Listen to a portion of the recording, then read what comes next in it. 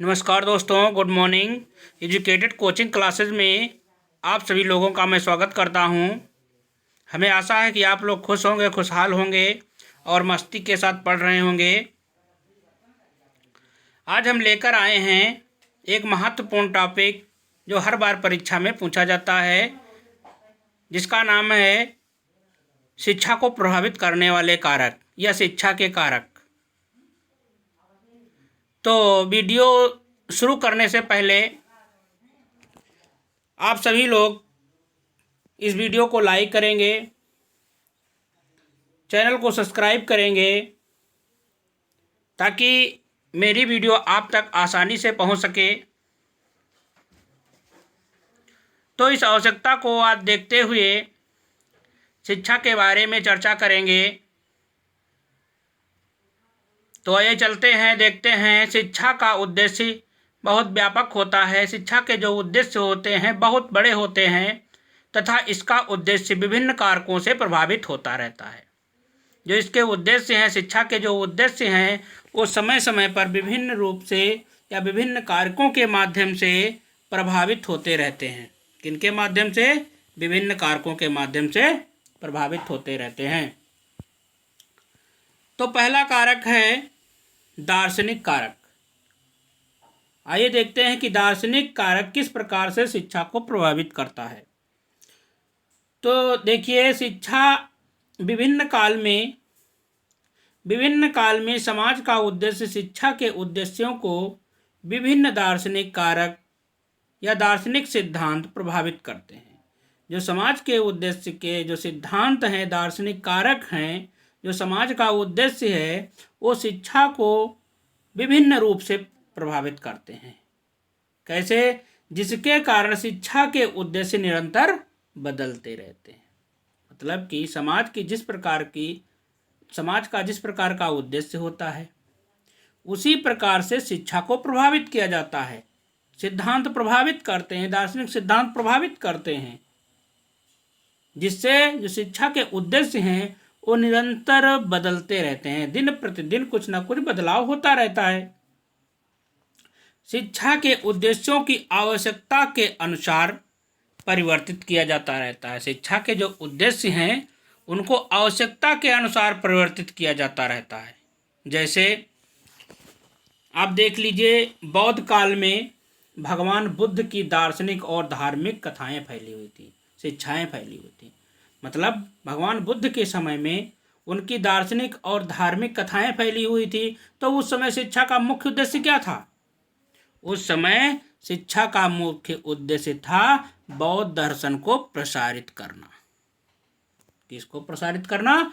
बौद्ध दर्शन को प्रसारित करना था। आगे चलते हैं। तथा हिंदू धर्म में चली आ रही, हिंदू जो धर्म था उसमें जातिवाद, छुआछूत, स्त्रियों की प्रताड़नाएं, अंधविश्वास, ये जो फैला हुआ था उसका विरोध करना, उसको मिटाना शिक्षा का मुख्य उद्देश्य समझा जाता था उस समय। तो उस समय की जो शिक्षा होती थी, जातिवाद, छुआछूत, स्त्रियों की दास्ताएं, अंधविश्वास का विरोध करना था। फिर मुस्लिम काल में आप देख लीजिए, मुस्लिम काल में इस्लाम धर्म के जो भी शासक हुए, जो भी इस्लाम धर्म के शासक हुए, अनुयायी हुए, उनका शिक्षा का मुख्य उद्देश्य क्या था? उनका शिक्षा का मुख्य उद्देश्य था इस्लाम धर्म का प्रसार करना। तो इस प्रकार हम समझ सकते हैं कि जिस प्रकार के दार्शनिक आए तथा उन्होंने जिस प्रकार के दर्शन को प्रसारित किया, उसी प्रकार का प्रभाव शिक्षा पर पड़ता गया। तो इस प्रकार हम कह सकते हैं कि जिस प्रकार के जो दार्शनिक हुए, उनकी दास्ताएं हुई, उनकी आवश्यकता हुई, उस प्रकार से शिक्षा के उद्देश्यों को प्रभावित किया गया, परिवर्तित किया गया। तो आगे चलते हैं। दूसरा कारक है सांस्कृतिक कारक। कौन सा कारक? सांस्कृतिक कारक। तो आइए देखते हैं सांस्कृतिक कारक किस प्रकार से शिक्षा को प्रभावित करते हैं। तो प्रत्येक समाज की अपनी विशेष संस्कृति होती है। चाहे हिंदू समाज हो, चाहे मुस्लिम समाज हो, चाहे सिख समाज हो, हर समाज में कुछ संस्कृतियां होती हैं। किनको संस्कृतियां कहते हैं? संस्कृत किसको कहते हैं? संस्कृत मतलब किसी समाज में मान लीजिए, हिंदू धर्म में मान लीजिए, जो हिंदू धर्म में तीज त्यौहार मनाए जाते हैं, रक्षाबंधन मनाया जाता है, जो रीति रिवाज होते हैं, वही क्या है? वही तो संस्कृति है। आगे चलते हैं। इसके विशेष आदर्श, मूल, प्रतिमान, मान्यताएं, रीति रिवाज और जीवन शैली होती है,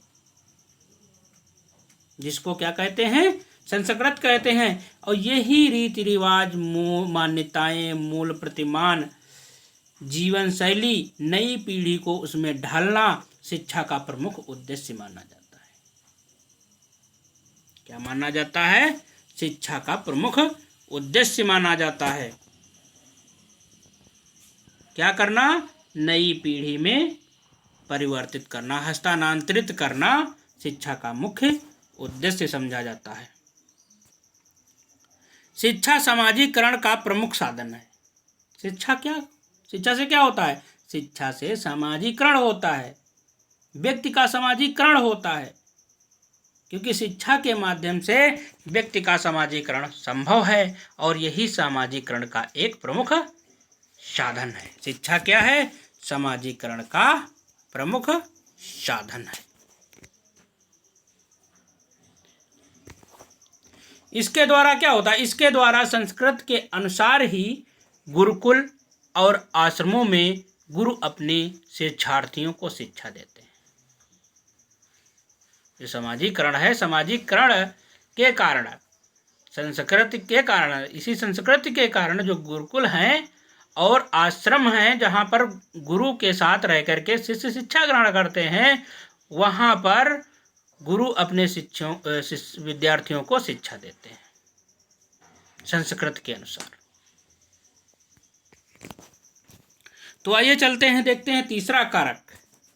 तीसरा कारक है सामाजिक कारक। कौन सा कारक?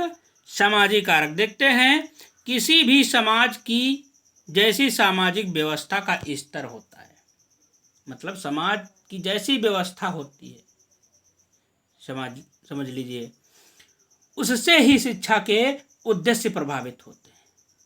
समाज में जिस प्रकार की व्यवस्था होगी उसी प्रकार की शिक्षा होगी, उसी प्रकार के शिक्षा के उद्देश्य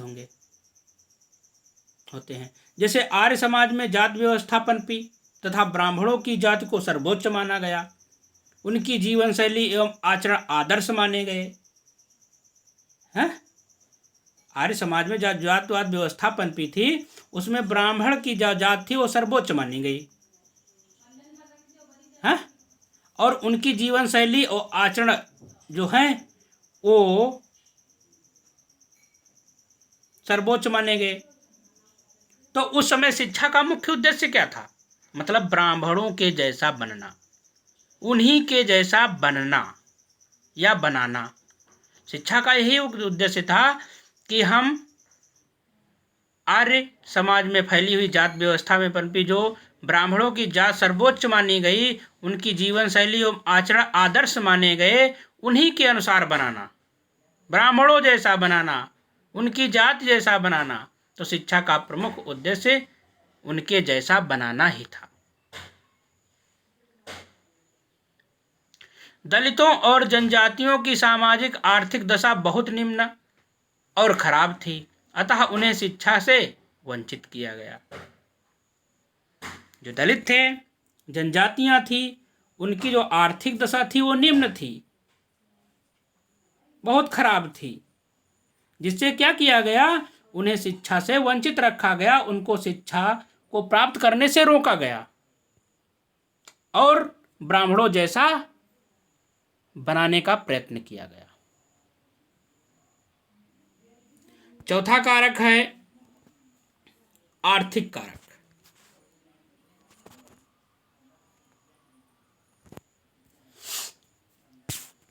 मानव जीवन में धन संपत्ति का ही बहुत अधिक महत्व है। हमारे जीवन में या समाज में या मानव जीवन में समझ लीजिए, जो धन संपदा है बहुत आवश्यक समझी जाती है, बहुत ही अधिक महत्व है। अतः शिक्षा के उद्देश्य को निर्धारित करने में आर्थिक कारण महत्वपूर्ण भूमिका निभाते हैं। जो शिक्षा के उद्देश्यों को प्रभावित करने वाले प्रमुख कारक कौन है? ये है आर्थिक कारक। कौन सा कारक? आर्थिक कारक।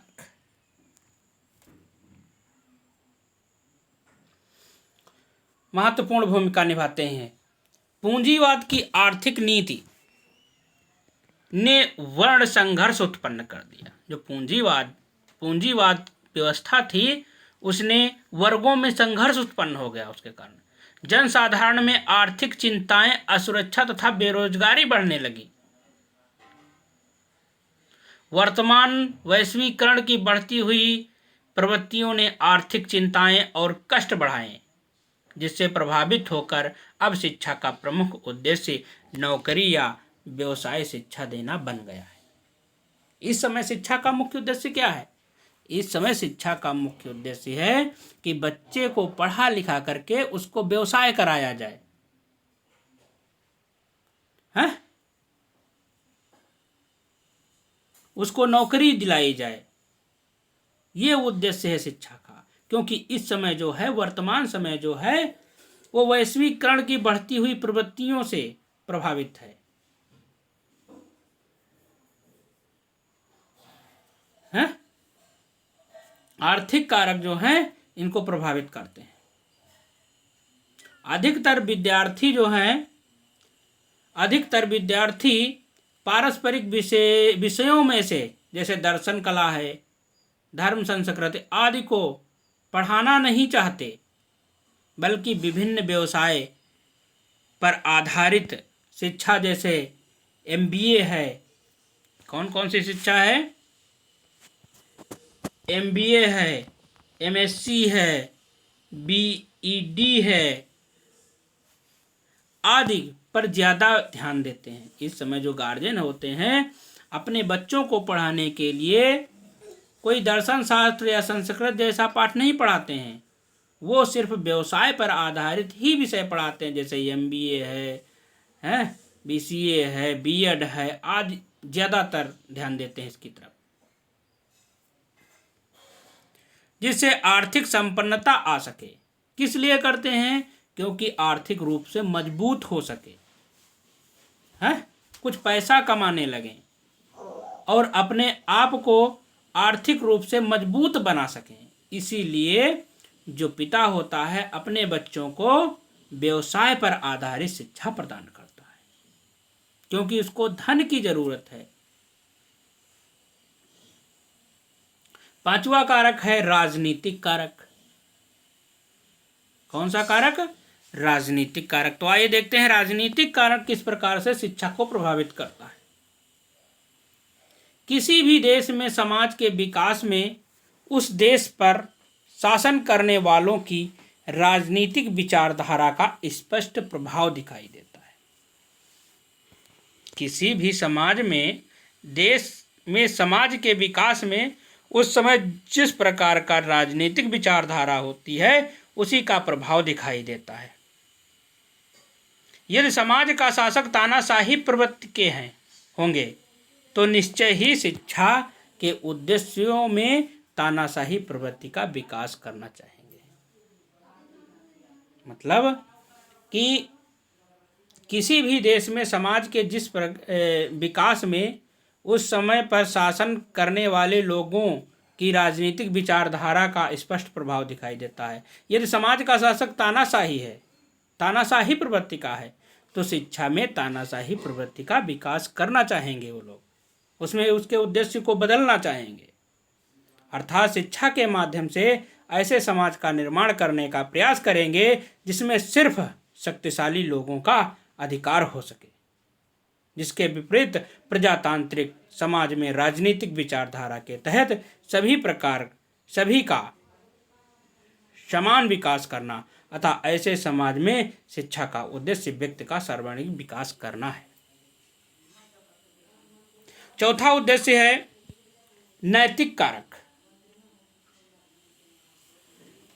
तो आइए देखते हैं शिक्षा के नैतिक कारक किस प्रकार से शिक्षा को प्रभावित करते हैं। शिक्षा के उद्देश्य के निर्धारण में नैतिक कारण की महत्वपूर्ण भूमिका होती है। पिछली कक्षाओं में हम पढ़ चुके हैं जो नैतिक कारक होते हैं वो शिक्षा में महत्वपूर्ण भूमिका निभाते हैं। व्यक्ति तथा समाज दोनों का वास्तविक तथा स्थायी कल्याण उत्तम नैतिक चरित्र से ही संभव है। व्यक्ति तथा समाज दोनों ही नैतिक कार्यों पर टिके हुए हैं, उन्हीं पर आधारित हैं। उन्हीं का वास्तविक स्थायी कल्याण उत्तम नैतिक चरित्र ही संभव है। किस पर? नैतिक कारकों पर। बालक का जो नैतिक विकास करने के लिए उनकी दानवीय प्रवृत्तियों का दमन करना अति आवश्यक होता है। बालक के मन में जो छोटा बालक होता है उसमें दानवीय प्रवृत्तियां होती हैं, उसको दूर करने के लिए नैतिक विकास करने की अत्यधिक आवश्यकता होती है। शिक्षा ही एक ऐसा साधन है जिसके द्वारा बालक के मन में पुण्य के प्रति प्रेम या अच्छे के प्रति प्रेम तथा पाप के प्रति घृणा उत्पन्न की जाती है। शिक्षा ही एक ऐसा साधन है जिसके माध्यम से पाप पुण्य के प्रति प्रेम उत्पन्न की जाती है। देश को उन्नत बनाने के लिए नागरिकों को चरित्रवान बनना आवश्यक है। अगर जो देश की आप उन्नत चाहते हैं, अपने समाज की उन्नत चाहते हैं, अपने परिवार की उन्नत चाहते हैं, तो उसमें जो नागरिक हों उनको चरित्रवान बनना आवश्यक होता है। इसके लिए पाठ्यक्रम के अंतर्गत उन विषयों को प्रमुख स्थान मिलना चाहिए जो नैतिक विचारों से भरे हुए हैं। इस दृष्टि से पाठ्यक्रम में इतिहास, साहित्य, दर्शन, महान व्यक्तियों के जीवन में से संबंधित तथ्य आदि की शिक्षा पर विशेष बल दिया जाना चाहिए।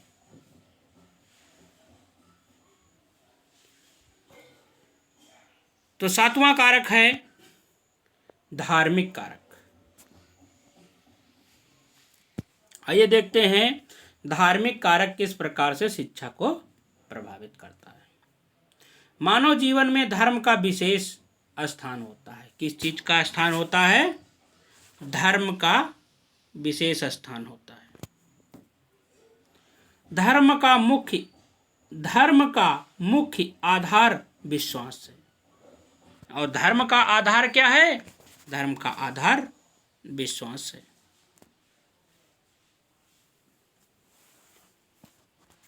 जो मानव व्यवहार के प्रत्येक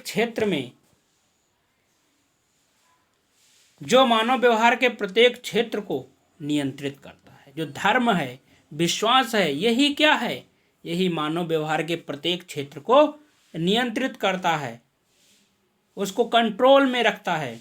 धर्म का निर्माण विभिन्न कारकों और संस्कारों द्वारा होता है। किनके द्वारा होता है? विभिन्न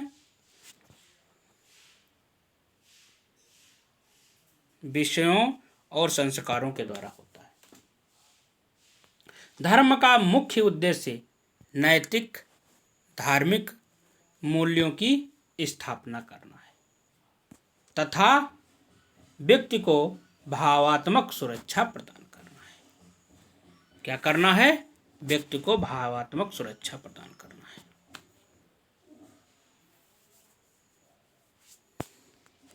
आगे चलते हैं। समाज की धार्मिक विचारधारा जिस प्रकार से होगी वहाँ की शिक्षा व्यवस्था भी उसी प्रकार के अनुरूप होगी। मतलब जो जिस प्रकार की धार्मिक विचारधारा फैली होगी समाज में, उसी प्रकार से शिक्षा की व्यवस्था भी उसी अनुरूप से होगी। कट्टर धार्मिक समाज अपने धर्म को ही श्रेष्ठ मानता है। क्या मानता है? अपने धर्म को श्रेष्ठ मानता है और धर्म को अधिक महत्व दिया शिक्षा के उद्देश्य एवं पाठ्यक्रमों का निर्धारण भी धार्मिक आदर्शों के अनुरूप किया जाता है। अब आप समझ चुके होंगे कि किस प्रकार से शिक्षा को ये कारक प्रभावित करते हैं। धर्मनिरपेक्ष समाज में सर्व धर्म की शिक्षा देना शिक्षा का प्रमुख उद्देश्य। सभी धर्मों के प्रति समान निरपेक्ष समाज में सर्व धर्म की शिक्षा देना शिक्षा का मुख्य उद्देश्य है। धर्मनिरपेक्ष समाज में सर्व धर्म की शिक्षा देना एक उद्देश्य समझा जाता है, एक उद्देश्य है शिक्षा का।